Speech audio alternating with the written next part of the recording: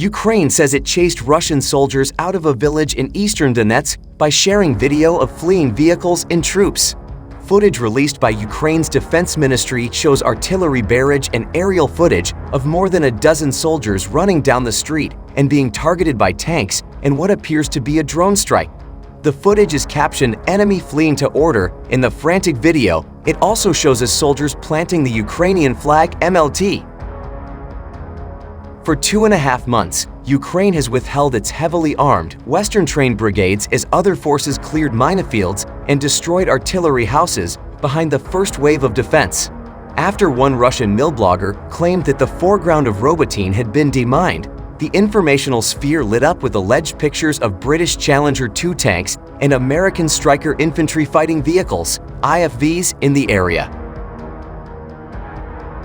Ukraine said in the attached text that the 35th and 38th Marine Brigades were involved in the attack and the Ukrainian operational violations continued. The Institute for War Studies said on Wednesday that Ukrainian troops were continuing their counteroffensive operations in at least 3 sectors of the front, including liberating the village of Urozhyn and at a telegraph post on Wednesday. Ukraine has made rapid advances to the north and northeast of Robotyne, turning it into a gray zone after months of fighting, meaning it is no longer entirely occupied by the Russians, with one mill blogger claiming the two forces were merely 10 meters apart in certain areas of the now half-occupied settlement. On August 17, Ukrainian forces destroyed a Russian Ka-52 helicopter immediately south of Robotyne, while Vladimir Putin's forces reportedly fired from 500 to 600 shells in 3 hours. Ukrainian troops pushed Russian troops out of the region to the south and east as a grueling counteroffensive continues. The Ukrainian military says it has pushed Russian troops out of the enclave along the front line to the east and south of the state building in a grueling counteroffensive launched 2 months ago. The gain announcement by Ukraine's deputy defense minister comes as Russia claims its troops have advanced in the East Kharkiv region, destroying caves from the much-anticipated campaign thanks to Ukraine starting its counteroffensive. A Ukrainian command unit's drone attacked an invaders' training ground in Kherson region. A Ukrainian command unit's drone hit and dropped grenades bombed Russian infantry at one of the invasion training grounds in Kherson region. Spratov Group reported that a Ukrainian command unit was working against the invaders based on information provided by Ukrainians from the region temporarily occupied. Ukrainian command units carried out targeted attacks on enemy units that decided to conduct training on captured Ukrainian soil.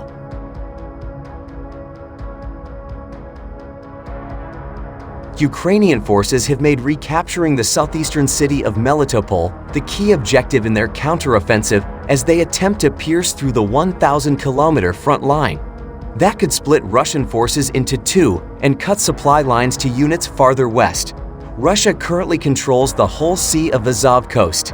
However, this objective will fail as the Russian army has set up vast minefields and heavily dug-in trenches to stymie Ukrainian advances.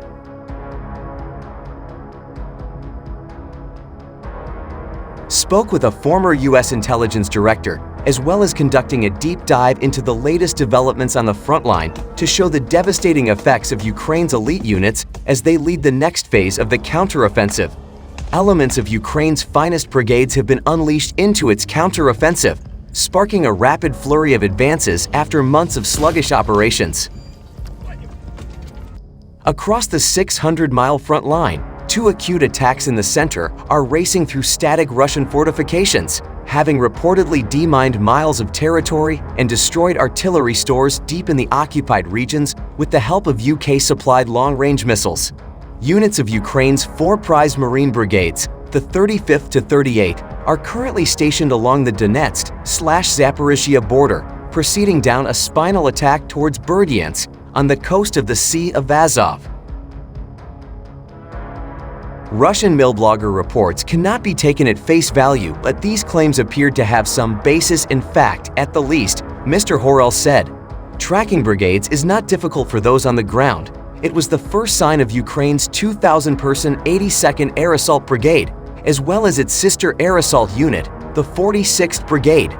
In a similar style to Urozhyn to the east, Mr. Horel suggested the Ukrainian forces were drip-feeding smaller units of these two brigades, with their heavy Western tanks and armored vehicles, into the attack, with the result being the same. These military movements suggest Ukrainian advances have significantly degraded the Russian forces that have been defending in western Zaporizhia Oblast without rotation since the start of the counteroffensive, the Institute for the Study of War, ISW, a Washington-based U.S. think tank, said on August 18. The Russian forces defending both along the Donetsk border and in western Zaporizhia now appear to be panicking. Alexander Khodakovsky, who commands forces that retreated from Urosane, called on August 17 for a freezing of the conflict, suggesting the latest Ukrainian advances may be weakening confidence in the Russian defense, ISW said.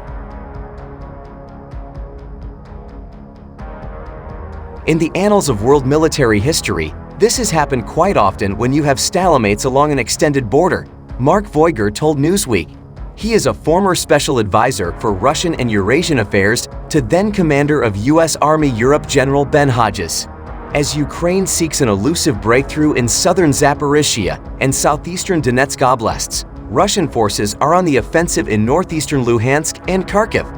Moscow's troops are hoping to draw attention and resources away from Kyiv's long-awaited counteroffensive effort in the south and potentially even push through Ukrainian lines and recapture the city of Kupiansk.